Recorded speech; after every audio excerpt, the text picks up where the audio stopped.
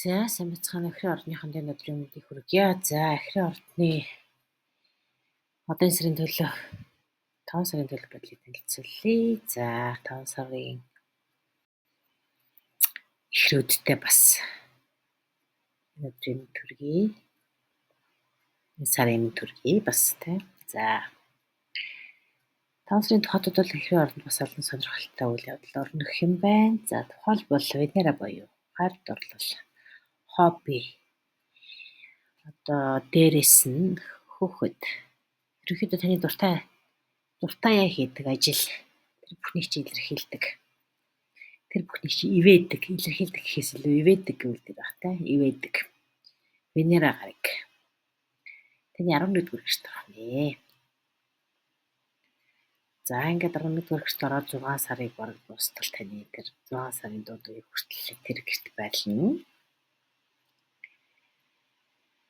За 11-р гэр гэдэг бол найз нөхөд, групп, одоо сонирхол, үзэл бодол нэхэх хүмүүс эдрийг бэлэгддэг. За энд Венера гараг буюу сугар гараг гэдэгтэй манай монголчууд сугар цолмон гэж нэрлэдэг гэдэг шүү. За сугар гонг байрлалснаар яах вэ гэж. Үнэж тийм таны одоо тийм үнэж хайр татан байдал чинь маш их тийм өстэй анхаарлыг татна гинэ. Тэгээд нийтч найз нөхдөдийн одоо хүрээлэл донд одоо таны нэр хүнд өсөж тийм ээ бусдад хүлээн зөвшөөрөж олон хүнтэй харилцах ийм таатай нөхцөл байдлууд үүсэхтэй. За угаасаа Ахирын ордынхан гэдэг бол нийтч маш тийм найрсаг тохирсог иймэрхүү хүмүүс байдаг гэдгийг за танд мэдэнээс ихтийнхаа бас харахад мэд тийм тэгэхээр ийм байх нэ. За мөн 11-р гэр гэдэг бол бас магадгүй үед бас энэ 11-р гэрийг бас өсөл мөрөөдөл ирээдүйг бэлэгддэг гэж хэлдэг. Тэгэхээр ирээдүйн төлөвлөгөө, ирээдүйн хамтын ажиллагаа. За тэгээд нийгмийн тусын тулд зарим нэгэн үйл хэрэгт оролцох энэ төр гэсэн бас нэг юм төлөвлөгөөнд гарч иж бодож ерөнхийдөө Венера буюу сугар гэдэг бол хайртууд бол гоо сайхан эв найрамдал таашаа таны одоо бас үнэт зүйл таны амьдралд одоо ямар зүйлийг та үнэт зүйл юм сайн сайхан одоо чухал зүйл гэж тооцдог тэр бүхнийг чинь хэлнэ гэж. За тэгэхээр хайртууд бол үнэт зүйл таашаал эв найрамдал энэ бүхэн бол таны гол одоо энэ үйл явдал бол таны одоо 5 сард чухал одоо баримтлах зарчим гэх юм уу одоо гол үйл ажиллагааны болон сэтгэл санаатай байдлын цаад толгой. Илүү одоо харна гэсэн үгцээ. Төвлөл гэж хэлчихсэн те. За тэгээд нийгмийн үйл ажиллагаанд оролцсон гэж хэлсэн те. За дээрэс нь бусдад туслах, хамт олноороо зарим нэгэн одоо нийгэмд эерэг нөлөө үзүүлэх төлөвийн тухайтад одоо тиймэрхүү үйл ажиллагаанд бас оролцохыг эргүүлцэх энэ үе байж магадгүй гэж.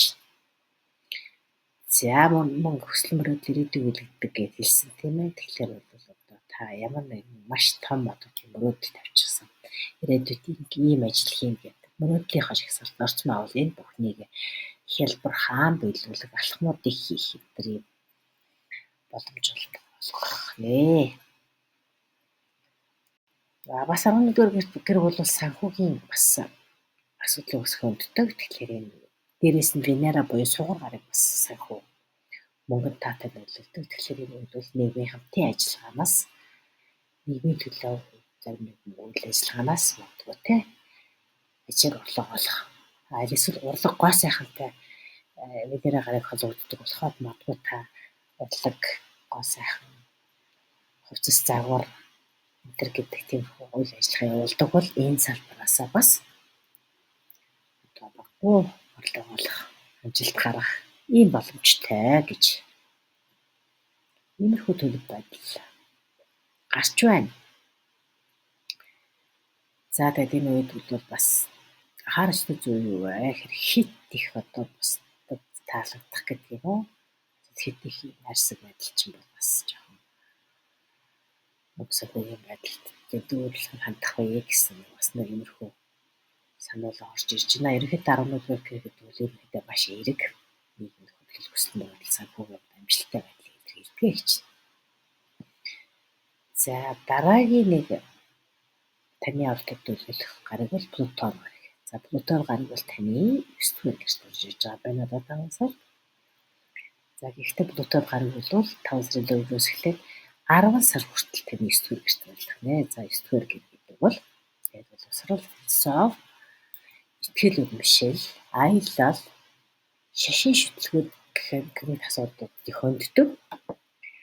Тэгээд дээрээс Плутон гариг бол маш том өөрчлөлтийг, их мэдлийг, хувьсэл, гүнзгий өөрчлөлтийг илэрхийлдэг юм байна л да. Тэгэхээр магадгүй зарим нэг хүмүүсд бол одоо итгэл үнэмшлийн хувьд ч гэдэг юм уу, шашин шүтлгийн хувьд, эсвэл философи сэтгэлгээний хувьд тийм том өөрчлөлтийг энэ үеэс эхлээд тийм том өөрчлөлтийн эрч хүч энергийг ингээд мэдрэх магадaltaй байх нэ.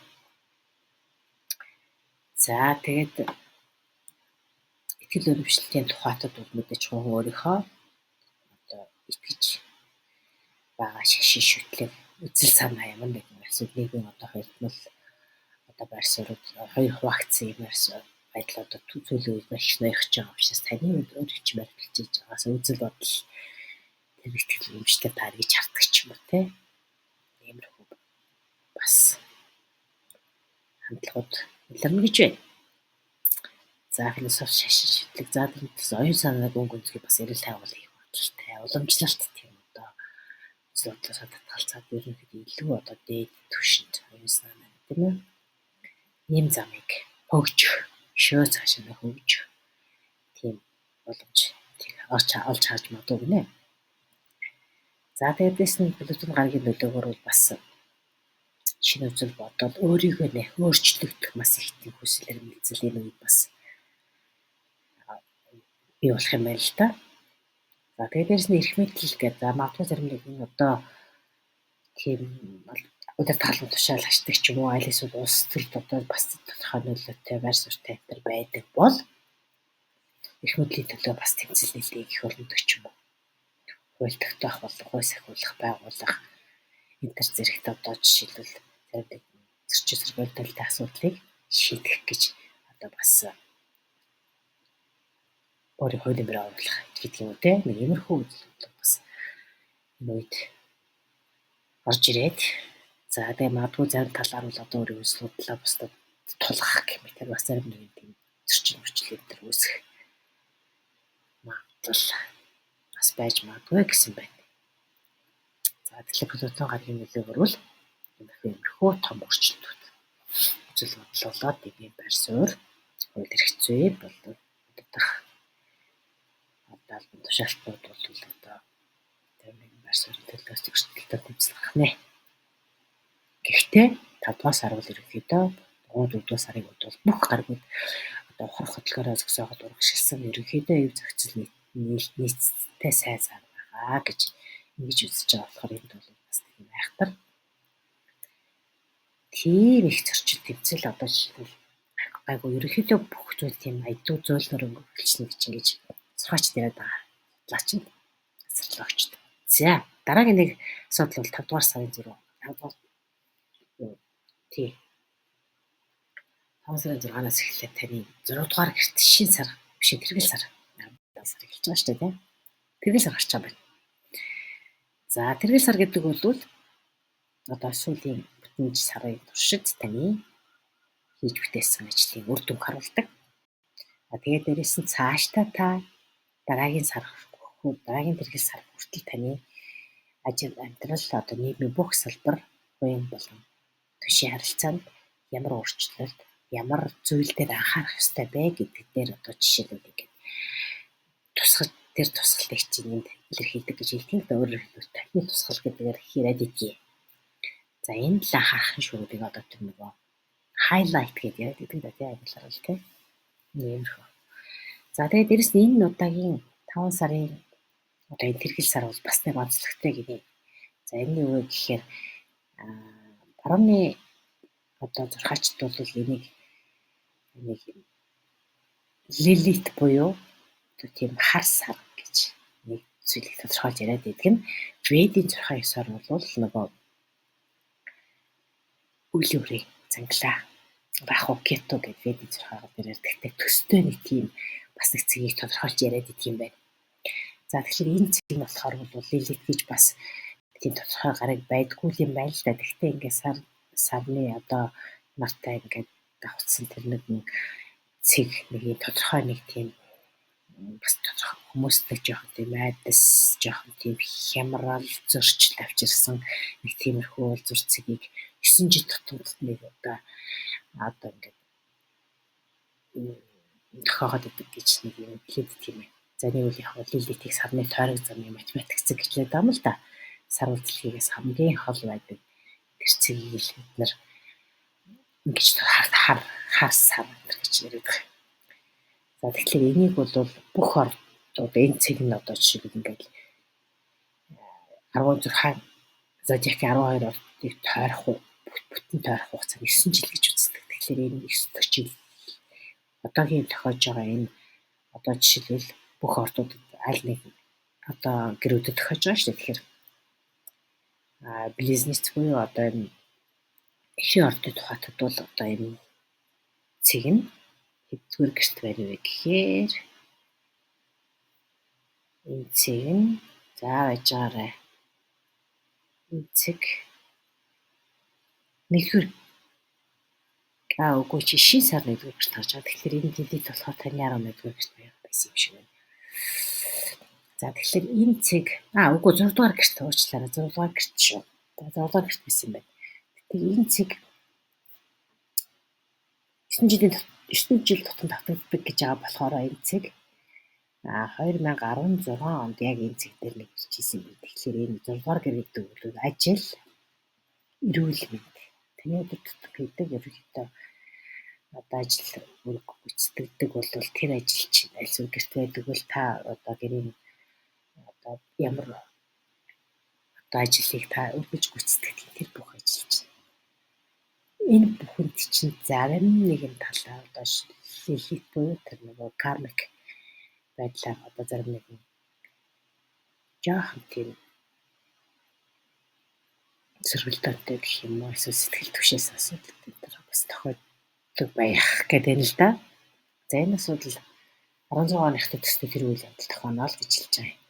За нэг илүү тодорхой ярих гэхээр бас хэвчээ сүнжээд багш байна. За тэгэхээр яг уу энийг бол нэг тийм 16 онд болсон үйл явдлыг ингэж санаад л яг 16 оноо одоо яг зурагчлуулж ирсэн үйл явдал чинь тэгээд тохиож магадгүй. Гэхдээ айдас хэрэг байгаа бол танаас нэг байх юмгүй шүү. Харин та өөртөө зөвхөн одоо энэ бүхнийг давж гарч чадна л гэсэн итгэл юмштай байх бол энэ бүхнийг одоо ухаан гарчна гэсэн нэг юм хэлүүлээд байгаа. За тэгээд төгсгөлт нь бол энэ бол тэргэл сар байсан. Харин шин сар болохоор 5 сарын 26-нд шин сар харин таны 1-р гэрт гарна. За 1-р гэрт гарна гэж байгаа. Тэгээд дээрэс нь яг энэ 1-р гэрт чинь бас бод гараг орж ирнэ. За бод гараг гэхээр бол мэдээж харилцаа холбоо мэдээлэл. За тэгээд 1-р гэр гэхээр таны ажил, амьдрал, таны одоо бүх одоо хүсэл эрмэлзэл хийх гэж төсөөлж байгаа төлөвлөгөө энэ бүхий чинь хэрэгэл болохоор энэ бүхэтэй чинь холбоотой зарим мэдээлэл Меркурий буюу бод гарагийн байлаг орж ирнэ гэж. За нэмэрхүү төлөв байдал гарч ирж байна. За тэгээд та бүхэн энэ подкастыг та бүхэн харагдаж байвал мэдээж цаашаа түгэж лайк хийгээд түгэж та бүхэн тусалаарай гэж хүсэж байна. За дараа уулзъя. Баярлалаа.